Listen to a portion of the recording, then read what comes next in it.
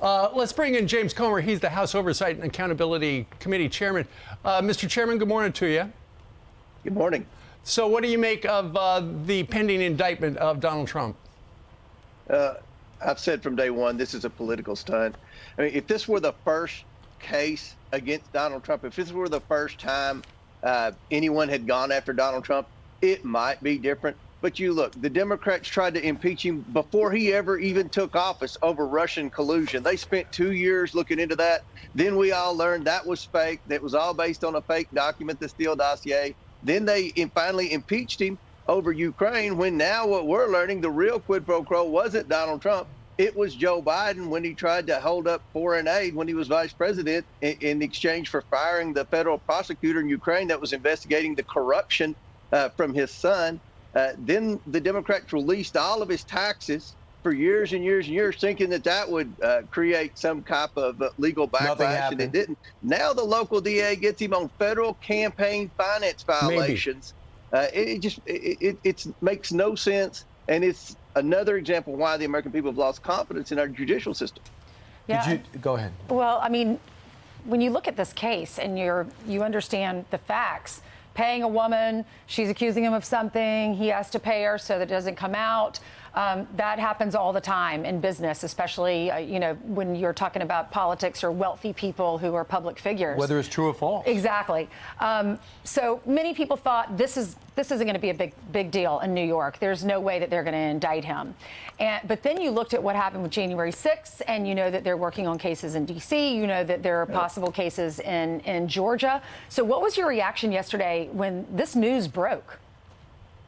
Well, one thing that we're concerned about in Washington, Congressman Jordan and myself, is that there's coordination being conducted here between Merrick Garland's DOJ and all these different entities that are going after Donald Trump. This is a political witch hunt.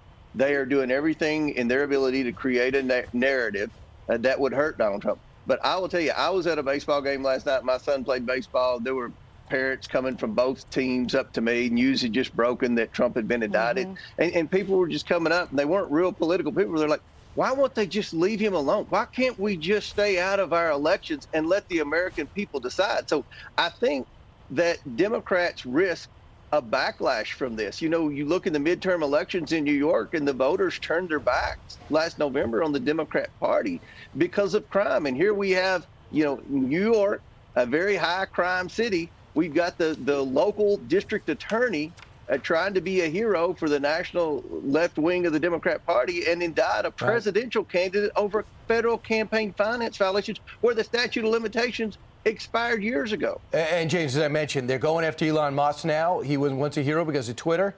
And the Twitter files with Matt Taibbi, the IRS is knocking on his door. It could be a coincidence. I doubt it. When you talk about a New York City crime rage, Bragg is an embarrassment to the country, but especially to the city. His first statement was how little crime he was going to prosecute, and he got what he wanted, a lot of crime. Robberies up 25%, felony assault up 14%, burglary 22%, grand larceny 26%, stealing cars up 32%. Overall misdemeanors are up 20%. So, and we know about the smash and grabs that we're seeing constantly, thanks San Francisco. So let's talk about what's going on with your weaponization of government.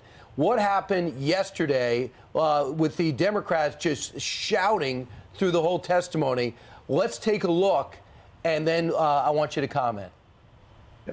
If we're not going to have the ability to cross-examine, I would move that we move to strike the testimony provided by Senator Schmidt and Attorney General Landry. If we're not going to observe... You mean you want to censor it? Is that... You want to censor their testimony? I want to strike it. I want to strike it. I want to strike it. If we aren't able to probe the veracity of their statements, the truthfulness of their statements. You will be given your 5 minutes here when we get to the 5 minutes. They're not here. They're not here. They're absent. Understand that. You will be able to ask. They have scurried away with your complicity. They refuse to defend. Scurried away. They in a country of 330 million people, you couldn't find two people for his to defend 5 minutes their of statements. testimony. That's pretty disgraceful. Gentlemen may proceed. Mr. Chairman, Ranking Member Plaskett. Mr. Chairman, I move to adjourn. I move to adjourn. The gentleman's not recognized. This is a mockery. This is a mockery and a disgrace. What's going on there? I know you weren't there, but what is happening? I mean, the Democrats are losing their mind. They know that our Department of Justice has been weaponized, and they're working with their friends in the left-wing media to try to defend it.